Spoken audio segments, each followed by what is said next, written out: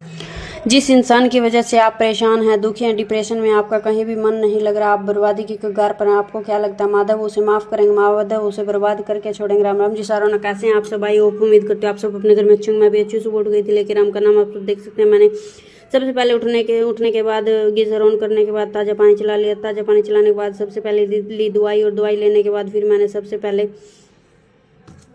ताज़ा पानी भर लिया था जो पूरा दिन यूज़ में होता है। अब तो पानी 2 से 3 बार भर ही लेते हैं। और खिचड़ी बनने के लिए रख दी थी, आप सब देख सकते हैं। फिर मैंने खिचड़ी बना दी थी अच्छी तरह, और मेरे आ गए थे कस्टमर, क्योंकि आज कस्टमर मॉर्निंग में 5:30 के आसपास आने थे। तो मैंने फटाफट बना दिया था, क्योंकि फिर मुझे किचन में आने के लिए कम से कम 7:30 के आसपास के टाइम लगता है। और बच्चे जाते हैं मेरे 7 बजे। तो अपनी जिम्मेवारी को ना भूलते हुए मैंने पहले जिम्मेवारी निभाई और फिर किया अपना काम, जो मेरा पैशन है।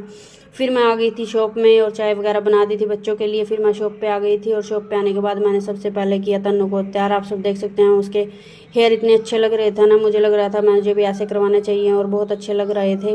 और फिर किया उसका आइज़ मेकअप, जो कि लाइट रखना था। उसका ड्रेस थी ब्लैक, तो उसके अकॉर्डिंग मैंने आई शेडो लगाया था, और उसका पूरा मेकअप आप अभी देख सकते हैं। थोड़ी देर बाद मेरे बच्चे हो गए थे तैयार, और आ गई थी इनकी मैंने इनको सी ऑफ बोलने के बाद मैं आ गई थी अंदर। आप सब देख सकते हैं, बच्चों को बाय बाय बोलना तो बनता है। तन्नू के आप लोग देखना आपको कैसी लगी, और मुझे 5 स्टार में से आप कितने स्टार देंगे, फीडबैक भी जरूर देना। फिर आ गई थी शिर जी को खिलाया थोड़ा फ्रेश होने के लिए, क्योंकि बच्चे को देखकर मूड फ्रेश हो ही जाता है। उसको अच्छी तरह खिलाया पिलाया, और थोड़ी थोड़ी मैं खिचड़ी भी खिला रही थी, जो सुबह बनी थी। मूंग दाल खिचड़ी सबके लिए अच्छी होती है।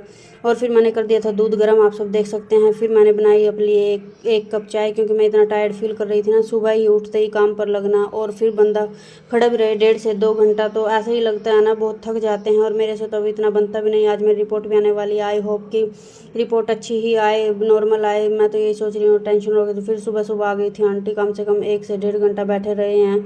सारा काम बिगड़ तो तभी जाता है जब सुबह एक बार लेट हो जाए, तो फिर तो ना करने का मन करता है ना कुछ। फिर आ गए थे नींबू वाले भैया, शनिवार वाले।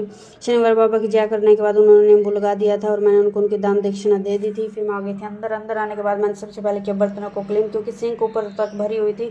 ऐसा लगता है कभी कोई आ जाए तो अच्छा नहीं लगता, ऐसे सुबह के बर्तन पड़े हों, और 10:30 के आसपास का टाइम रखा था। फिर मैंने हिम्मत लगाकर लगाया झाड़ू।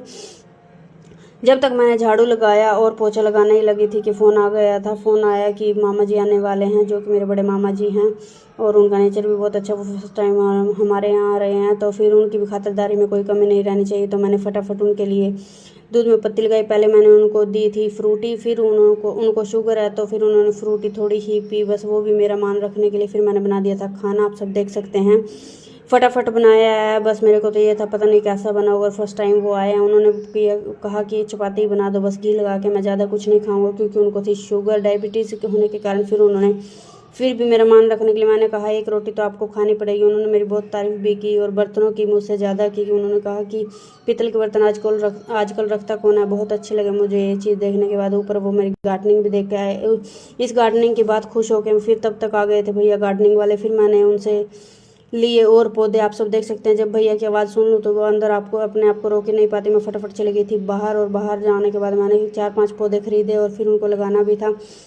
फिर मुझे याद आया सुबह से मैं सब काम कर रही हूँ, लेकिन मेरे पौधे तो बेचारे ऐसे ही सूखे खड़े होंगे, बिल्कुल गर्दन को लटकाए हुए। फिर मुझे याद आया, मैं बिल्कुल 2-2:30 बजे के आसपास तपती दोपहर में ऊपर पानी दे के आई, सभी पौधों को पानी पिला के आई, क्योंकि ये भी मेरे बच्चों की तरह इनको पालूंगी तभी ये अच्छी तरह रहेंगे, नहीं तो ऐसे ही मतलब सूख जाएंगे। फिर मैं बच्चों को चली गई थी सेंटर छोड़ने के लिए, आप सब देख सकते हैं। फिर मैंने भैया को बोला था कुछ फ्रूट लाने के लिए, तो भैया को भी मैंने बोल दिया था और पैसे भी दे दिए थे, तो आप सब देख सकते हैं। फिर मैं बच्चों को लेकर चली गई थी ट्यूशन छोड़ने के लिए, आप सब देख सकते हैं। ये देखो आज मैंने लगा दिए थे अपने फूल, जो पेड़ जी है मेरे न्यू मेंबर। मिलते हैं एक न्यू व्लॉग के साथ। अगर